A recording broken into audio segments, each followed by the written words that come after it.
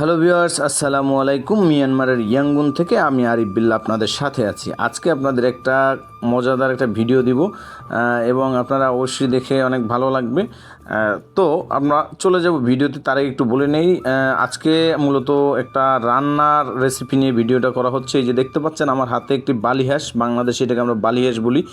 এটা কিন্তু অতিথি পাখি, কিন্তু এটা মিয়ানমারে অ্যাভেলেবেল সবসময় পাওয়া যায়। একজন আমাকে গিফট করছিল, তো সেই জন্য আমি রান্না করতেছি। এই যে আপনারা দেখতে পাচ্ছেন মোটামুটি বাছাই করার পরে একটু পানি গরম করলাম যাতে এটা গরম পানিতে পরিষ্কার করা যায়। পরবর্তীতে আমি মশলা প্রস্তুত করার জন্য নিয়ে নিলাম কিছু রসুনগুলোকে বাছাই করতে হবে এবং পাশাপাশি পেঁয়াজগুলোকেও বাছাই করতে হবে। এবং পেঁয়াজ, রসুন, আদা এগুলো বাছাই করার পরে কুচি কুচি করে কাটতে হবে, কারণ এটাকে তো প্রস্তুত করতে হবে রান্না করার জন্য। আমার যদিও ব্লেন্ডার নাই, কিন্তু আমি একটা বিকল্প পদ্ধতিতে এটাকে ব্লেন্ড করার জন্য কাজ করে যাব।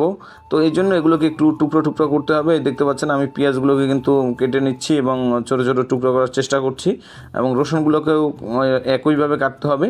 যাই হোক, একটু আদা আছে, আদা নিয়ে নিলাম। যেহেতু হাঁস রান্না করছি, একটু আদা দিলে মনে হয় যে ভালো হবে। আমি যদিও প্রফেশনাল বাবুর্চি না, তো আমার কাছে আছে গরম মশলা, এটার সাথে একটু ছাল নিয়ে নিলাম।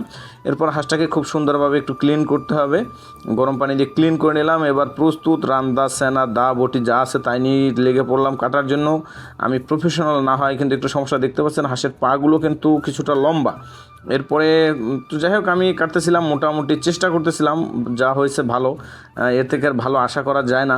যাই হোক, আপনারা দেখতে পাচ্ছেন হাঁসের মাংসটা কিন্তু একেবারে অরিজিনাল হাঁসের মতোই, দেশি হাঁসের মতোই, এবং এটার মাংস কিন্তু অত্যন্ত সুস্বাদু, খেতে অত্যন্ত সুস্বাদু। যাই হোক, আসলে আমি চাইনি এটা নিয়ে ভিডিও করতে। আপনারা কিন্তু এই পাখিটা ধরবেন না, এইখানে যেহেতু সচরাচর পাওয়া যায় এবং ধরে বিক্রি করে, এই জন্য আমি একটু স্বাদ গ্রহণের চেষ্টা করলাম। এটা কিন্তু আমি যেটা করছি সেটাও আমার কাছে মনে হয়েছে অন্যায়। যাই হোক, আপনাদের অনুরোধ থাকবে আপনারা কিন্তু এই পাখিটা কখনোই স্বীকার করবেন না, কারণ এগুলো অতিথি পাখি এবং আমাদের পরিবেশ রক্ষায় এরা বিশেষ ভূমিকা পালন করে। যাই হোক, এবারে রান্নার পালা। মশলা যা আছে সব কিছু দিয়ে, একটু তেজপাতা, ছাল, আদা, চিনি যা আছে সব কিছু দিয়ে দিলাম। এরপরে একটু পানি দিয়ে এটাকে একটু গরম করে নিলাম। যখন এটা প্রস্তুত হয়ে যাবে তখন আমি এখানে কিন্তু দিয়ে দেবো, মাংস দিয়ে দেবো। যাই হোক, এবার মোটামুটি প্রস্তুত, মাংস দেওয়ার পালা। মাংস দিয়ে খুব সুন্দরভাবে নাড়াচাড়া করে দিতে হবে, যাতে করে সব মাংসের সাথে ঝোলগুলো লেগে যায়। এবং এভাবে নাড়াচাড়া করার পরে আলু ছিল, আলুটাও দিয়ে দিলাম, কারণ আলুটা আমি আবার খুব ভালো একটা পছন্দ করি, বিধায় এটা দেওয়ার প্রয়োজন বোধ করেছি বলেই দেওয়া হয়েছে। যাই হোক, ধন্যবাদ। অবশ্যই ভিডিওটা ভালো লাগছে আপনার কাছে। এভাবে যদি আপনি কিছুক্ষণ রেখে দেন তাহলেই আপনার প্রস্তুত হয়ে যাবে আপনার মাংস।